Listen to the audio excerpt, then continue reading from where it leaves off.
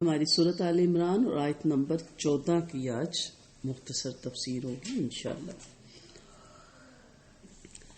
اعوذ باللہ من الشیطان الرجیم، بسم اللہ الرحمن الرحیم۔ زین للناس حب الشہوات من النساء والبنین والقناطیر المقنطرۃ من الذہب والفضۃ والخیل المسومۃ والانعام والحرث ذالک متاع الحیاۃ الدنیا واللہ عندہ حسن المآب۔ لوگوں کے لیے خواہشات نفس سے محبت، جیسے عورتوں سے، بیٹوں سے، سونے اور چاندی کے جمع کردہ خزانوں سے، نشان زدہ عمدہ قسم کے گھوڑوں، مویشیوں اور کھیتی سے محبت دل فریب بنا دی گئی۔ یہ سب کچھ دنیاوی زندگی کا سامان ہے، اور جو بہتر ٹھکانہ ہے وہ اللہ ہی کے پاس ہے۔ دنیا کے اصول میں فکر آخرتی اصل کامیابی ہے۔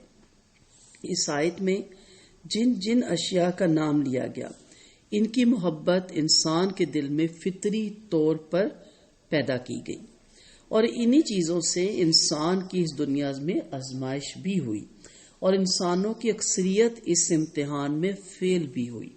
اللہ تعالیٰ ہم سب کو اس امتحان میں کامیاب کرے۔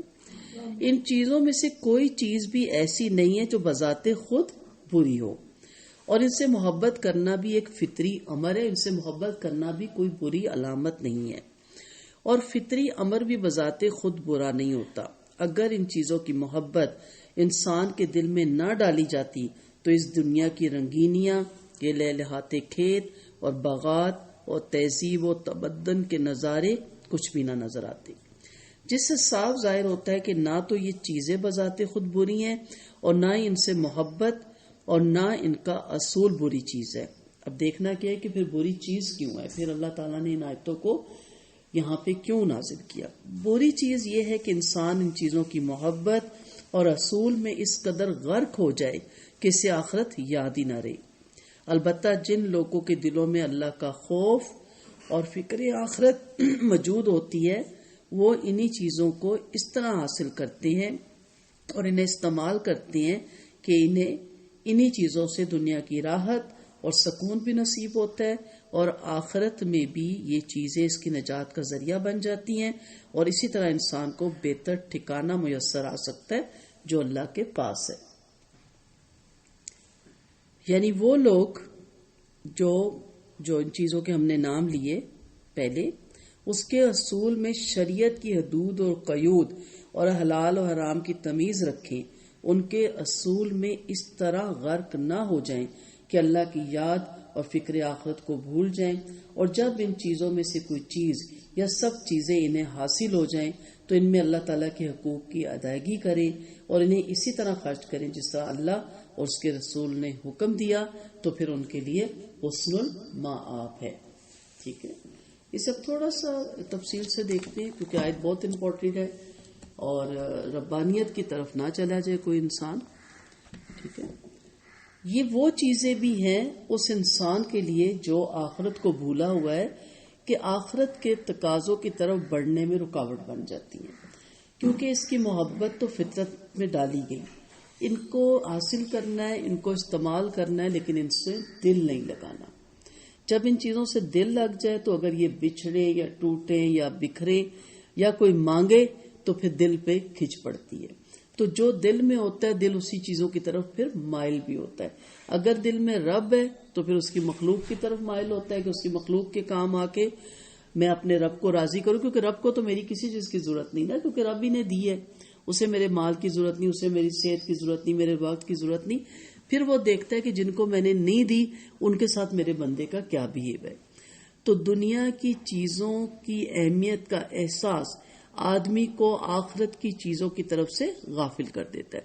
جو ہم امیر ہوتے جاتے ہیں، کبیر ہوتے جاتے ہیں، اور جب اس جنٹری میں پہنچ جاتے ہیں جو ہم نے خود ہی اس کی تقسیم کی ہوئی ہے، تو پھر غربا کے ساتھ بیٹھنا یا غربا کو گھر میں بلانا یا ان سے تعلق رکھنا بھی ہمارے لیے عذاب بن جاتا ہے، کیونکہ وہ ہماری جنٹری کے نہیں ہوتے، ہماری کیٹیگری کے نہیں ہوتے، ایون کہ رشتہ داروں کو رشتہ دار کہنا بھی ہم چھوڑ دیتے ہیں اور لوگوں سے ملوانا بھی چھوڑ دیتے ہیں. تو آپ سوچیں کہ پھر ان رشتہ داروں کے دل میں کیا بیتتی ہوگی کہ ہمارا یہ بھائی بند اس ٹائم امیر ہو گیا, کبیر ہو گیا, کسی عہدے پہ پہنچ گیا, تو ہم سے ملوانا اس کو اب حد تک فیل ہوتی ہے. تو ان چیزوں سے اپنے آپ کو بچانا ہے. دنیا میں اپنے گھر کو آباد کرنا اس کے لیے اتنا محبوب بن جاتا ہے کہ اسے کبھی یہ خیال ہی نہیں آتا کہ اس کے سوا بھی کوئی گھر ہے جن کی آبادی میں اس کو اپنا وقت لگانا ہے, پیسہ لگانا ہے, سرمایہ لگانا ہے.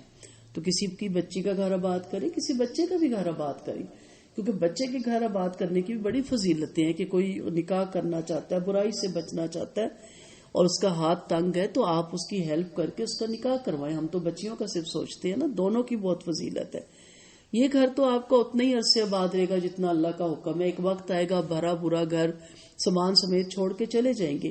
وہاں قبر میں آپ کے پاس جو آئے گا وہ اس کا اجر و ثواب آئے گا کہ آپ نے کسی یتیم, مسکین, غریب کی مدد کی, کسی کا گھر بسایا. اور بسے ہوئے گھر میں بھی بہت سی چیزیں ضرورت ہوتی ہیں. اگر آپ مورل سپورٹ بھی دے دینا, اس کو اتنا ہی ایک آسرا ہو جائے کہ اگر میرے پہ خدا نہ خواستہ کو مشکل وقت آیا تو اللہ نے یہاں پہ ایک عارضی سہارا میرے لیے چھوڑا ہوا ہے, تو یہ مورل سپورٹ بھی اس کو بہت طاقت دیتی ہے. تو اس لیے دنیا کے گھر بنانے سے ساتھ ساتھ آخرت کے گھر سے غافل نہیں ہوتا. تو یہاں آیا کہ زینا یعنی ذکر مزین نہ اللہ تعالیٰ کرتا, خوبصورت نہ بناتا, تو پھر تو ہم درویش ہو جاتے. تو درویشی تو پسند ہی نہیں ہے اللہ کو, ربانیت تو اللہ کو پسند ہی نہیں ہے کہ آپ کہیں جی میں اتنی درویش ہو گئی ہوں کہ اب میں کوئی جنگل میں چلی جاؤں اور کٹیا لگا لوں یا میں ایک کمرے میں بند ہو جاؤں. مجھے کسی نے کہا کہ آپ بھی قرآن پڑھاتے ہیں, آپ اللہ کی طرف آئی ہیں, ہماری ایک ریلیٹیوز آئی ہے تو وہ تو بالکل کمرے میں بند ہو گئی ہے اور وہ کہتی ہے جی میں اللہ والی ہوگی ہوں, اب تمہارا کام ہے مجھے سردیوں گرمیوں کے کپڑے سلوا کے دینا اور وقت میں مجھے کمرے میں کھانا دینا. میں نے کہا یہ کیسی درویشی ہے کہ ساری فیملی کو مشکل میں ڈال دیا. میں نے کہا اللہ والے تو دیتے ہیں, اللہ والے لیتے نہیں, اللہ والے تو مانگتے نہیں ہیں, اللہ والے تو جن کے در پہ کوئی آ جاتا ہے تو اپنے پیٹ کاٹ کے بھی دیتے ہیں کہ چلو میں آدھی روٹی کھا لوں گا, آدھی اس کو دے دوں گا. تو اس واقعہ مجھے اس لیے یاد آ جاتا ہے ان آیتوں پہ کہ یہ نہیں کہا گیا کہ آپ ربانیت اختیار کریں, اچھا پہنیں. آپ 40,000 کا بھی سوٹ پہن سکتے ہیں, آپ 4,000 کا بھی پہن سکتے ہیں, آپ 2 کا بھی پہن سکتے ہیں. آپ کو پتا ہونا چاہیے کہ یہ 40,000 میں کتنے لوگوں کو کپڑے پہنا کے اپنی کتنی آخرت بنا سکتی ہوں. ہاں ریاکاری نہیں کرنی, دکھاوا نہیں کرنا, پتہ نہیں چلنا, لیکن ہم تو 40,000 سوٹ پہن کے کہتے بھی ہیں یہ میں نے فلاں جگہ سے لیا, کیونکہ جب تک نہیں بتائیں گے آپ کو کیسے پتا چلے گا, دوسروں کو کیسے پتا چلے گا فلاں برانڈ کا ہے, فلاں جگہ سے لیا ہے, 40 کا مجھے پڑا ہے, سلائی کر کے 45 کا پڑا ہے.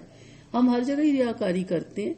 تو ان چیزوں کا خیال رکھیں کہ جب اللہ آپ کو دے دے تو پھر آپ نے اس کو کس طرح استعمال کرنا ہے. تو شہوات ہر وہ چیز جو طبعی طور پر انسان کو مرغوب اور پسندیدہ ہوتی ہے. دل چاہتا نا اچھے اچھے کھانے کو, ٹھیک ہے. کبھی سوچیں ان لوگوں کو بھی کہ جن کو مشکل سے دال روٹی میسر آتی ہے, دل ان کا بھی چاہتا ہوگا لیکن وہ خاموشی اختیار کرتے ہیں, اپنی خودی میں رہتے ہیں. تو کبھی دھیان دیں کہ چلے میں روزانہ نہیں, ویکلی نہیں, منتھلی کسی ایک فیملی کو کوئی اچھا کھانا کھلا دوں. چلے ہوٹل میں اس کو نہیں لے جا سکتی, ریاکاری ہو جائے گی, 10 لوگ دیکھیں گے جی کسی فیملی کو لے کے آیا ہے, لے جانے میں کوئی حرج نہیں ہے تاکہ دوسرے لوگ بھی دیکھیں کہ اگر یہ کسی فیملی کو لائے ہیں تو ہم بھی لا سکتے ہیں. لیکن ان کے گھر میں تو اچھی چیزیں پیک کرا کے بھجوا سکتے ہیں نا, کچا بھی دے سکتے ہیں مٹیریل, لیکن اگر آپ آرڈر دے کے پیک کروا کے ان کے گھر چھڑوا دیں وہ کتنے خوش ہوں گے. کھانا پکا کے کھلانے کی نا بہت زیادہ فضیلت ہے. تو یہاں سٹیپ بائی سٹیپ چیزیں دیکھو, جیسے میں نے ابھی شروع میں بھی کہا تھا نا کہ یہ چیزیں بری نہیں ہیں, ان کا اصول بھی برا نہیں, ان سے محبت بھی بری نہیں, لیکن ان میں غرق ہو جانا اور آخرت کی یاد سے غافل ہو جانا برا ہے. تو یاد رکھیں یہ دنیا امتحان کا ہے.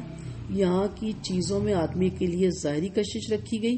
اب اللہ دیکھتا یہ ہے کہ ان سے متاثر ہو کر ان میں کون کھو جاتا ہے اور کون ان سے اوپر اٹھ کر آخرت کی اندیکھی چیزوں پر اپنی توجہ مرکوز کرتا ہے. اور شکر کریں کہ اللہ نے دینے والا بنایا ہے, اللہ نے لینے والا نہیں بنایا.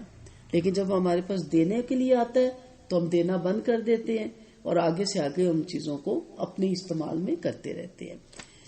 اب اس میں بہت سی چیزوں کا ذکر ہے. آپ نے دیکھا خواتین کا بھی ذکر ہے, کھیتوں کا بھی ذکر ہے. اس کے بارے میں حدیثیں دیکھ لیتے ہیں تاکہ ہم ربانیت کی طرف نہ جائیں. صحیح حدیث میں ہے کہ آپ صلی اللہ علیہ وسلم فرماتے ہیں میں نے اپنے بعد مردوں کے لیے عورتوں سے زیادہ نقصان دہ اور کوئی فتنہ نہیں چھوڑا. ہاں جب کسی شخص کی نیت نکاح کر کے زنا سے بچنے اور اولاد کی کثرت سے ہو تو بے شک یہ نیک کام ہے. اس کی رغبت شریعت نے دلائی ہے اور اس کا حکم دیا ہے.